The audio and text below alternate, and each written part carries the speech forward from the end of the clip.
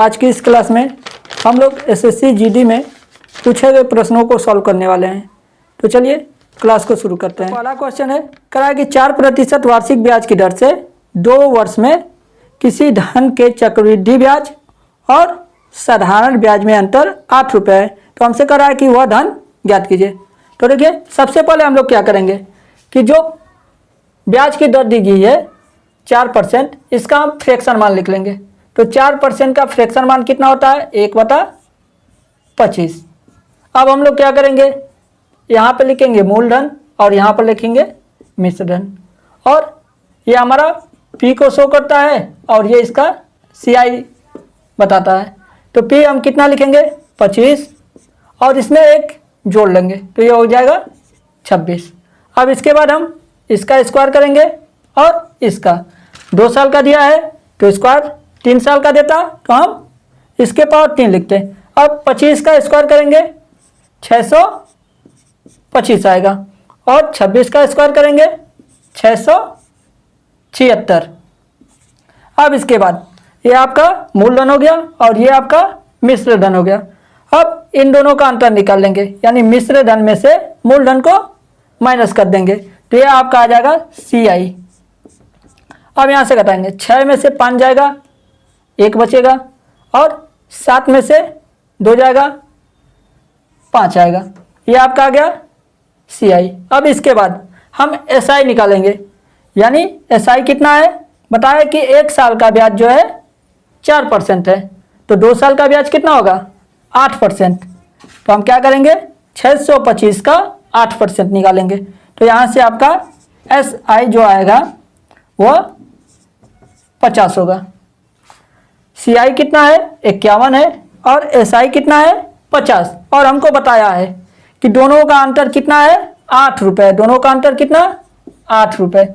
तो हमारा अंतर कितना आया है, एसआई जो है 50 है और सीआई जो है 51 है। तो दोनों में अंतर कितने का है 1 का है। तो 1 बराबर कितना लिखेंगे 8 रुपये। तो हमसे क्या पूछा है मूलधन, यानी वह धन कितना था। तो मूलधन हमारा कितना है 625।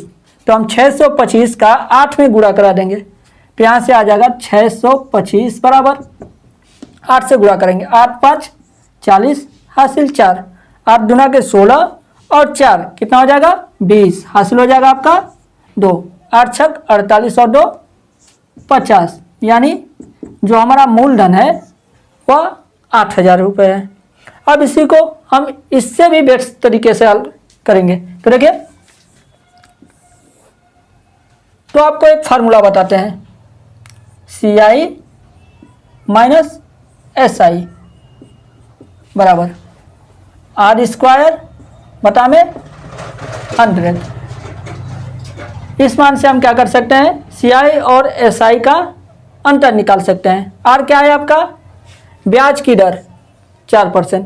तो हम क्या करेंगे 4 का स्क्वायर करेंगे और इसके नीचे 100 लिख देंगे तो ये प्रतिशत में मान आएगा। अब इसके बाद ये दोनों का अंतर बता रहा है, 4 का स्क्वायर बटा में 100 किसका अंतर बता रहा है एसआई और सीआई का अंतर। तो अंतर कितना दिया आपका 8 रुपये। अब इसके बाद 4 का स्क्वायर करेंगे 16 तो 16% का मान कितना हो जाएगा 100 का इधर गुणा कर देंगे 800। 16% का मान हो गया 800। तो 1% का मान कितना होगा 16 से इसको काट देंगे, 16 5 80, 1 बराबर आएगा 50। तो हमको क्या पूछा है धन, तो धन का मतलब 100%। तो 1% की वैल्यू 50, तो 100% की वैल्यू कितनी हो जाएगी 5000, यानी वह धन कितना है 5000 रुपये। तो अगला क्वेश्चन है करा कि एक व्यक्ति अपनी आय का 8% बचाता है और उसकी आय में 16% की वृद्धि होती है। तो करा कि लेकिन बचत वही रहता है। फिर करा कि व्यय में वृद्धि ज्ञात कीजिए। तो हम क्या करेंगे सबसे पहले यहाँ पर लिखेंगे आय और इसके बाद क्या लिखेंगे खर्च और इसके बाद लिखेंगे बचत। अब हम क्या किए, अब आय को मान लेंगे 100, आय हमारा मान लिया कि 100 है और करा कि आदमी जो है 8 रुपये बचाता है, तो यहाँ पे हम लिखेंगे 8। बचत कितनी है? 8 है। आय कितना है? 100। अब इसके बाद खर्च कितना होगा? आय में से इस बचत को माइनस कर देंगे तो आ जाएगा 92। यानी आदमी जो है 100 रुपये कमाता है, 92 रुपये खर्च करता है और उसके बाद 8 रुपये बचाता है। अब करा कि उसकी आय जो है 16% बढ़ जाती है। अब हम आय को 16% बढ़ा देंगे, तो 16% जब बढ़ाएंगे तो उसकी आय अब कितनी हो जाएगी? 116। लेकिन हमसे कह रहा है कि क्वेश्चन में कि उसकी बचत नहीं बढ़ती है, यानी बचत जो है पहले जितना ही रहती है। तो इसका मतलब बचत पहले 8 रुपये था, अब भी कितना बचाता है? 8 ही रुपये। अब इसके बाद तो खर्च कितना करता है? कमा रहा है 116 रुपये और बचा रहा है 8 रुपये। तो खर्च कितना करेगा? 116 में से 8 को माइनस कर देंगे, यानी वह अब खर्च कर रहा है 108 रुपये। अब उसके खर्च में कितने की वृद्धि हो गई? पहले खर्च करता था 92 रुपये, अब खर्च कर रहा है 108 रुपये। तो खर्च में वृद्धि कितने की? 16 की, यानी खर्च उसने कितना बढ़ा दिया? 16 रुपये। तो ऊपर लिखेंगे 16। अब 16 की वृद्धि किस में हुई है? इस 92 में, तो 92 को लिखेंगे नीचे और गुणे करेंगे 100। अब यहाँ से इसको काट लेंगे, तो 16 एकम 16, 16 छक्का 96। अब 2 से ये कटेगा, 2 तिहाई 6, 2 से इसको काटेंगे 50 बार में, तो आपका आया 50 और नीचे आया 3। 3 से इसको भाग देंगे, ये आएगा 16 सही 2/3%, यानी उसके खर्च में 16 सही 2/3% की वृद्धि हो गई। अब अगला क्वेश्चन करा है कि एक व्यक्ति कुल 57,500 रुपये को 4%, 5% और 8% वार्षिक साधारण ब्याज पर 3 भागों में निवेश करता है।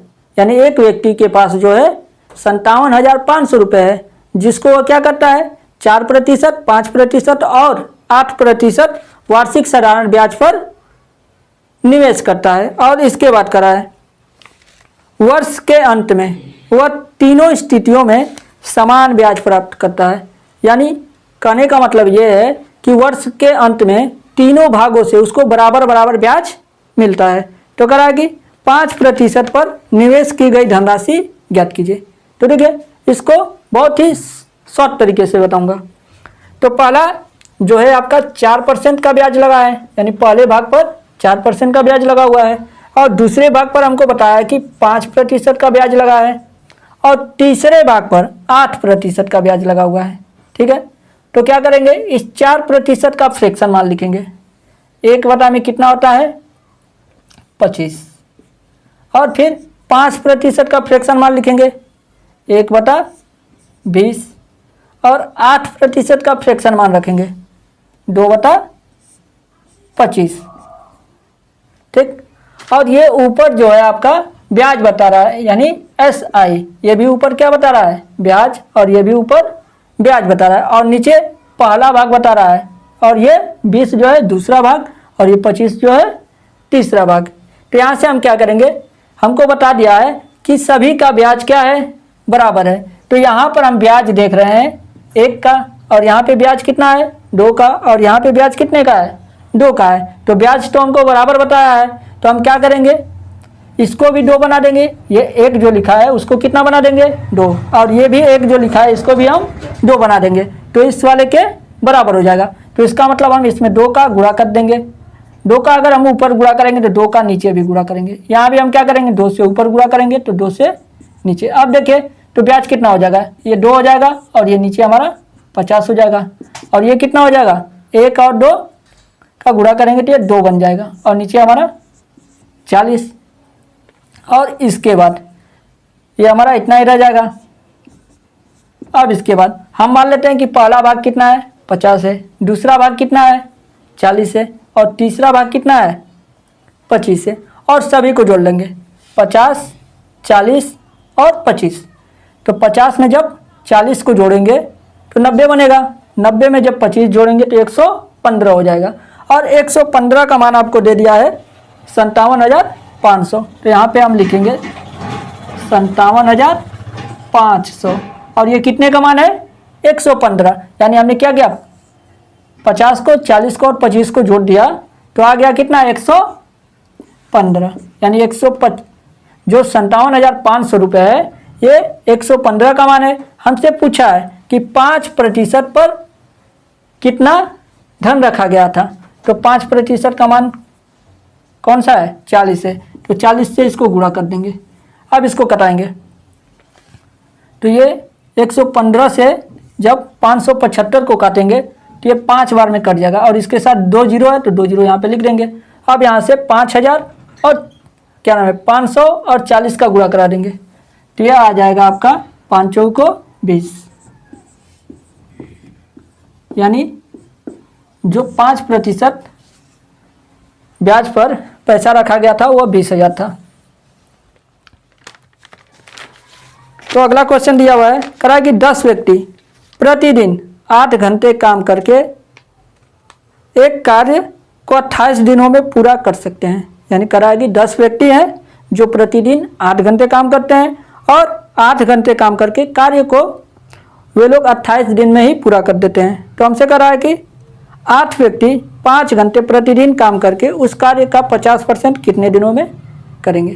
तो देखिए यहाँ से इस प्रश्न को हल करने के लिए सबसे पहले हम लोग क्या करेंगे एक फार्मूला लगाएंगे M1 D1 H1 और नीचे W1 और इधर M2 D2 और H2 बटा में W2। अब M1 क्या है व्यक्ति की संख्या, D1 क्या है दिनों की संख्या और H1 क्या है घंटों की संख्या है। तो देखिए पहले जो है 10 आदमी लगे थे तो M1 के जगह हम क्या रखेंगे 10 और करा के कार्य को 28 दिनों में समाप्त करते हैं तो D1 हमारा कितना होगा 28 और ये लोग कितने घंटे काम करते हैं 8 घंटे। क्या लिखेंगे 8 और कार्य कितना करते हैं कार्य पूरा समाप्त करते हैं, इसका मतलब कार्य जो है 100% समाप्त होता है। नीचे लिखेंगे 100। अब इसके बाद दूसरी बार आदमी कितने हैं करा कि 8 आदमी हैं, यहाँ लिखेंगे 8 और दिनों की संख्या हमको नहीं मालूम है मान लेंगे x और कितने घंटे काम करते हैं 5 घंटे, यहाँ पे लिखेंगे 5 और कार्य कितना करना है 50% यानी 100% नहीं करना है 50%, तो नीचे लिखेंगे 50। अब यहाँ से काटेंगे 8 से 8 को काट दिए और 5 से हमने इस 10 को काट दिया 2 बार में। अब इस 50 से 100 को काट दिए 2 बार में, 2 से 2 हमारा कट गया। तो अब x बराबर कितना आ गया 28, x बराबर कितना आया 28 यानी दिनों की संख्या कितनी होगी 28 होगी। वे लोग कार्य को 28 दिन में समाप्त कर देंगे। अब इसके बाद हम लोग अगला क्वेश्चन देखेंगे।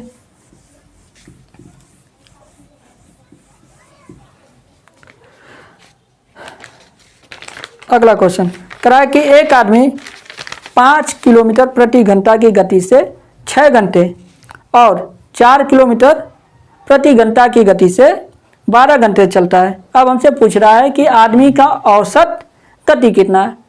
तो औसत गति बराबर क्या होता है, अगर हमें औसत गति निकालना होता है यानी औसत चाल, तो हम क्या करते हैं ऊपर लिखते हैं कुल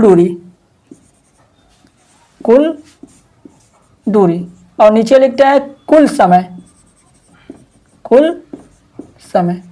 अगर हमें औसत गति चाहिए तो हमें क्या करना होगा कुल दूरी निकालना होगा और उसके बाद कुल समय, यानी इस फार्मूले से हम औसत गति को निकाल सकते हैं। तो देखिए तो कह रहा है कि आदमी जो है 4 किलोमीटर प्रति घंटा यानी 1 घंटे में कह रहा है कि 4 किलोमीटर जाता है। तो आदमी कितने घंटा चला है 6 घंटे, तो 6 घंटे में कितना चलेगा, कह रहा है कि 1 घंटे में आदमी जो है 4 किलोमीटर चल रहा है तो 6 घंटे में कितना दूरी जाएगा, 4 से हम 6 को गुणा कर देंगे यानी 24 किलोमीटर जाएगा। फिर दूसरी बार कह रहा है कि आदमी जो है 4 किलोमीटर प्रति घंटा की स्पीड से चलता है, यानी आदमी जो है 4 किलोमीटर प्रति घंटा की चाल से चल रहा है और कह रहा है कि 12 घंटा चलता है। तो 1 घंटे में 4 किलोमीटर चला तो 12 घंटे में कितना चलेगा, 12 और 4 का गुणा कर देंगे, 12 चौको 48, यानी आदमी जो है कुल कितना दूरी चला 24 किलोमीटर और 48 किलोमीटर। अब समय उसको कितना लगा, तो पहले करा कि वह 6 घंटे चला था, तो नीचे क्या लिखेंगे 6, और दूसरी बार कितने घंटा चला 12, तो यहाँ पर लिखेंगे 12। अब इसके बाद 24 और 48 को जोड़ लेंगे, तो यह आ जाएगा आपका 72, और इसके बाद 6 और 12 को जोड़ेंगे, तो कितना हो जाएगा आपका 18, 18 से इसको काट देंगे, 18 चौक 72, यानी 4 किलोमीटर प्रति घंटा। यह क्या है, व्यक्ति के एवरेज स्पीड है। अब इसके बाद हम लोग अगला क्वेश्चन देखेंगे।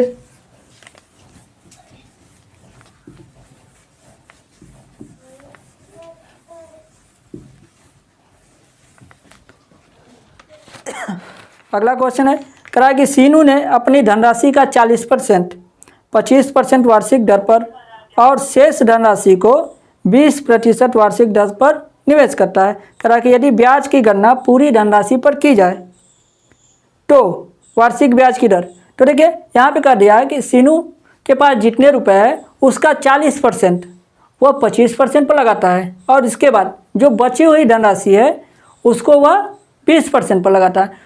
तो हम क्या करेंगे, सबसे पहले मान लेंगे कि माना सीनू के पास 100 रुपये है, मान लिए कि सीनू के पास कितने रुपए हैं 100 रुपये, और इस 100 रुपये का वह 40% क्या करता है 25% पर लगाता है। तो हम 100 का 40% निकालेंगे, तो 100 का 40% कितना आएगा 40 ही आएगा, ठीक है। और इसके बाद करा कि बची हुई धनराशि को वह 20% पर लगाता है, तो 100 में से 40 रुपये लगा दिया तो बचा कितना 60 रुपये, ठीक। और इसके बाद करा है कि जो 40 रुपये है उसको वह 25% के ब्याज पर लगाता है, ठीक। तो यहाँ से हम क्या करेंगे, इसका ब्याज निकालेंगे, 40 का कितना 25%, तो यहाँ लिखेंगे 40 का के लिए गुणा 25% का फ्रैक्शन मान 1/4 होता है 4, 4 से इसको काटेंगे 10 बार में, तो यहाँ से आएगा 10, तो 40 रुपये से ब्याज कितना मिला 10 रुपये।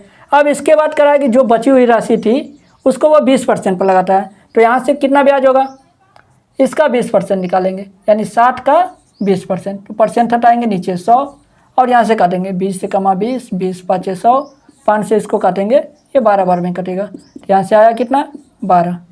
ये हमारा 60 पर ब्याज मिला है, और ये किस पर मिला है 40 पर ब्याज मिला है। तो पूरे पर ब्याज कितना हो गया 12 और 10 को जोड़ लेंगे, तो पूरे पर ब्याज कितना 22, यही 22 हमारा क्या है पूरे साल का ब्याज है, ये हमारा 22 रुपये हो जाएगा।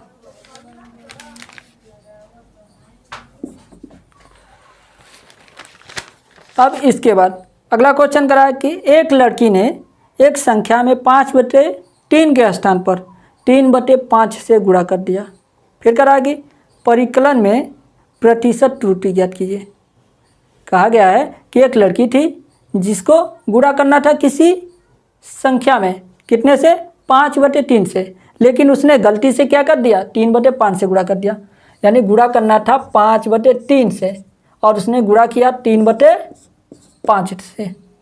तो सबसे पहले हम वर्ग संख्या खोजेंगे, तो हमें ऐसी संख्या लेनी है जो 3 से कट जाए और 5 से कट जाए, यानी 3 और 5। तो हम कौन सी संख्या लेंगे 3 और 5 का एलसीएम, 3 और 5 का एलसीएम, तो 3 और 5 का एलसीएम कितना 15, यानी मान लेंगे कि संख्या कितनी है 15। तो हमें 15 में कितने से गुणा करना था 5/3 सा, तो यहाँ से 3 से इसको काटेंगे, 5 बार में कट जाएगा, तो 5 और 5 का गुणा कितना आ जाएगा 25, यानी हमारी संख्या में जब 5/3 का गुणा करेंगे तो कितना आता 25। अब उसी संख्या में उसने क्या किया 3/5 से गुणा कर दिया, तो संख्या क्या है 15 है, यहाँ लिखेंगे 15 और इसको काटेंगे 5 से 3 बार में कट जाएगा, 3 और 3 का गुणा कर देंगे 9 आएगा। तो पहले कितना आना चाहिए था 25, अब कितना आया है 9, तो दोनों में अंतर कितने का आ गया 25 में से 9 को माइनस करेंगे 16, यानी संख्या जो है 16 कम हो गई है, तो यहाँ लिखेंगे 16। अब ये 16 की कमी किस में आई है 25 में, 16 की कमी किस में 25 में, नीचे लिखेंगे 25 और गुणे करेंगे 100, तो ये प्रतिशत में मान बताएगा। 25 से इसको काटेंगे 4 बार में और 16 चौको कितना होता है 64, यानी संख्या में कितने प्रतिशत की त्रुटि आई है? 64% की। अब इसके बाद हम लोग अगला क्वेश्चन देखेंगे।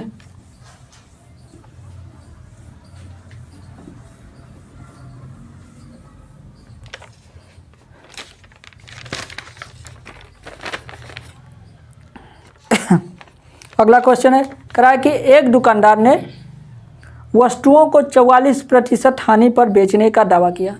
एक दुकानदार है जो ये कहता है कि मैं जो हूँ अपनी वस्तुओं को सिर्फ 44% पर ही बेचूंगा। फिर करा है कि किंतु 30% वजन कम तोलता है, और करा है कि उसकी वास्तविक लाभ या हानि प्रतिशत ज्ञात कीजिए। तो मान लेंगे कि दुकानदार जो है 1 किलो 100 रुपये का लेकर आता है, यानी दुकानदार जो है किसी वस्तु को 100 रुपये का लेकर आता है, और इसके बाद ये कह रहा है कि वह 44% की हानि पर बेचता है। यानी कितने प्रतिशत की हानि पर बेचता है? 44%। तो इसका मतलब वह 56 रुपये में बेचता है। कहने का मतलब कि 100 रुपये की वस्तु खरीद कर लाता है और कह रहा है कि वह 44% की हानि पर बेचेगा। इसका मतलब कि वह कितने में बेचेगा? 56 पर। और फिर कह रहा है कि वह 30% वजन कम तौलता है। 30% वजन कम तौलता का मतलब कितना तौलता है? 100 का 30% कम तौलता है। इसका मतलब वह सिर्फ 70 रुपये की वस्तु को ही तौलता है। तो ये देखिए, वस्तु कितने की पड़ी दुकानदार को? 70 रुपये की, और ग्राहक ने कितने का खरीदा? 56 रुपये का। तो यहाँ से दुकानदार को कितने का घाटा हो गया? 70 में से 56 को माइनस करेंगे, 14 रुपये का घाटा हो गया। ठीक, तो 14 रुपये की घाटा किस पर? 70 पर। तो गुणे करेंगे 100, तो 100 पर घाटा कितने? यहाँ से काट लेंगे, 14 कमा 14, 14 5 70, 5 से इसको काटेंगे, 20 बार में कटेगा, तो यहाँ से आएगा 20%। यानी कि दुकानदार को 20% का हानि हो गया। अब इसके बाद हम लोग अगला क्वेश्चन देखेंगे।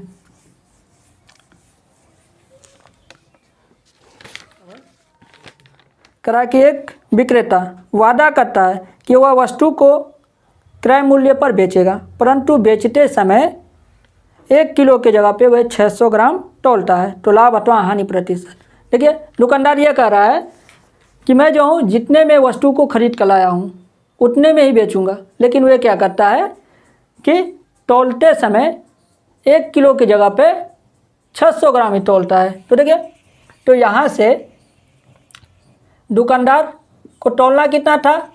1000 ग्राम, यानी 1 किलो। 1 किलो को हम 1000 ग्राम करते हैं। और इसके बाद वह क्या करता है कि वह 1 किलो की जगह पे 600 ग्राम तौलता है।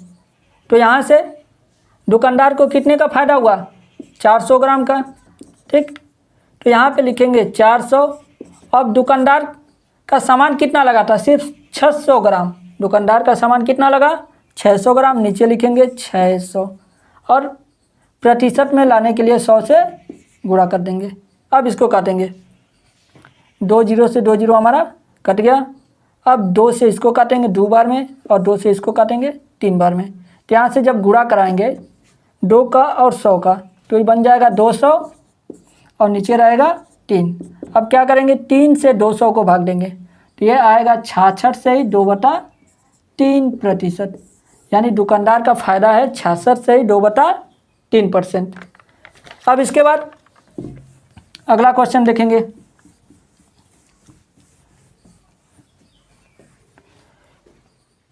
चलिए, तो अगला क्वेश्चन हमसे कर रहा है कि ए की कार्य क्षमता बी की तुलना में 40% अधिक है। ठीक है, ए की जो कार्य करने की क्षमता है वह बी से 40% क्या है?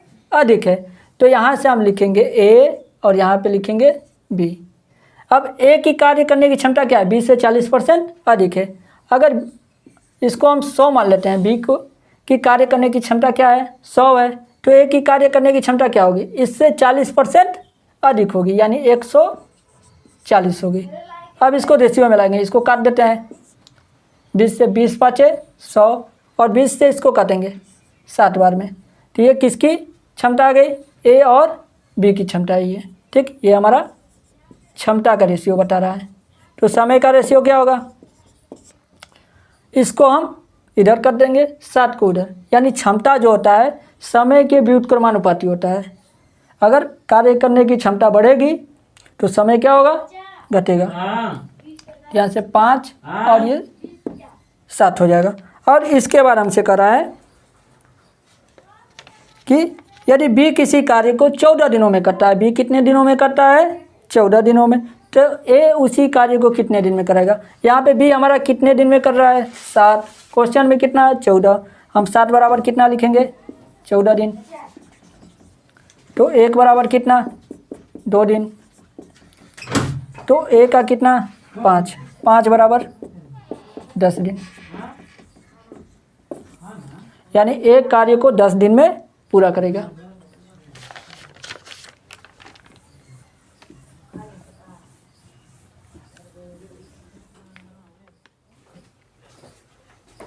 अगला क्वेश्चन है, कराए साधारण ब्याज दर पर 800 रुपये 3 वर्षों में 956 रुपये हो जाता है, यानी 800 रुपये 3 वर्ष के बाद कितना बन जाता है, 956 रुपये। फिर करा है कि यदि ब्याज की दर 3% बढ़ा दी जाए, तो ब्याज की दर को क्या किया गया, 3% बढ़ा दिया गया, तो 800 रुपये उतने ही समय में कितने रुपये हो जाएगा। तो देखिए करा है कि ब्याज की दर जो है 3% बढ़ जाती है, यानी एक साल में ब्याज कितना बढ़ गया है, 3%, यानी एक वर्ष में जो है ब्याज कितना बढ़ा है, 3%। तो 3 वर्ष में ब्याज कितना बढ़ेगा, एक साल में 3%, तो 3 साल में कितना परसेंट, 9%, यानी ब्याज कितना बढ़ गया, 9%। यानी कहने का मतलब ये है कि जितना रुपए पहले मिलता था उससे 9% ज़्यादा पैसा मिलेगा।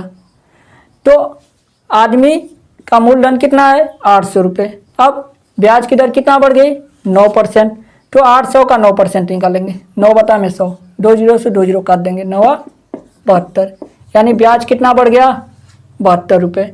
तो उसको पहले कितना मिलता था, 956 रुपये, पहले कितना मिलता था अमाउंट, 956 रुपये। अब उसमें 72 रुपये और बढ़ गए, तो 72 जोड़ लेते हैं, तो अब उसको कितना मिलेगा, दोनों को जोड़ने के बाद 6 और 2 8 हो जाएगा, 5 और 7 12 होगा, 12 का 2 लिखेंगे, हासिल होगा 1, यानी 9 में 1 जोड़ देंगे, ये है 1028 रुपये। यानी अब उसको 1028 रुपये ब्याज के रूप में, यानी टोटल अमाउंट मिलेगा।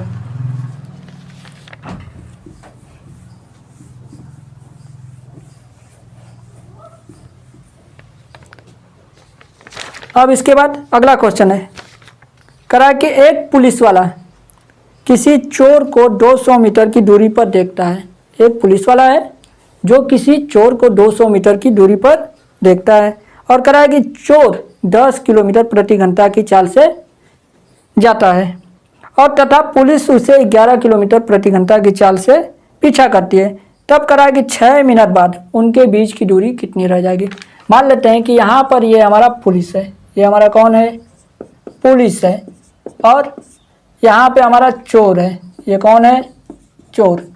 तो यहाँ से यहाँ तक की दूरी कितनी है, 200 मीटर है, 200 मीटर, यानी पुलिस यहाँ पर है, चोर वहाँ पर है, 200 मीटर की दूरी पर। अब करा है कि पुलिस जो है 11 किलोमीटर प्रति घंटा की चाल से पीछा करता है और चोर जो है 10 किलोमीटर प्रति घंटा की चाल से भागता है। ठीक है, हमारा पुलिस जो है 11 किलोमीटर प्रति घंटा की चाल से पीछा करता है और चोर 10 किलोमीटर प्रति घंटा की चाल से भागता है। तो इसका मतलब जो पुलिस है उसकी स्पीड चोर से कितना ज़्यादा है, 1 किलोमीटर प्रति घंटा। यानी करा कि पुलिस जो है 1 घंटे में उससे 1 किलोमीटर ज़्यादा चलेगा। 1 घंटे का मतलब कितना, 60 मिनट। 1 घंटे का मतलब कितना, 60 मिनट। तो 60 मिनट में पुलिस चोर से कितना आगे निकलेगा, 1 किलोमीटर। 1 किलोमीटर का मतलब कितना, 1000 मीटर। 1000 मीटर। तो यहाँ से क्या करेंगे, 0 से 0 को काट देंगे, तो 6 मिनट में जो है 100 मीटर आगे निकल जाएगा पुलिस। तो करा कि उनके बीच की दूरी कितनी रह जाएगी, तो दूरी अब कितनी बच जाएगी दोनों के बीच की दूरी, तो 6 मिनट में पुलिस जो है 100 मीटर आगे पहुंचेगा। तो दोनों के बीच का गैप कितने का है? 200 का है। तो 200 में से 100 को माइनस कर देंगे, 200 में से 100 को माइनस करेंगे तो आ जाएगा 100 मीटर। इसका मतलब कि अब उनके बीच की दूरी 200 मीटर आ जाएगी।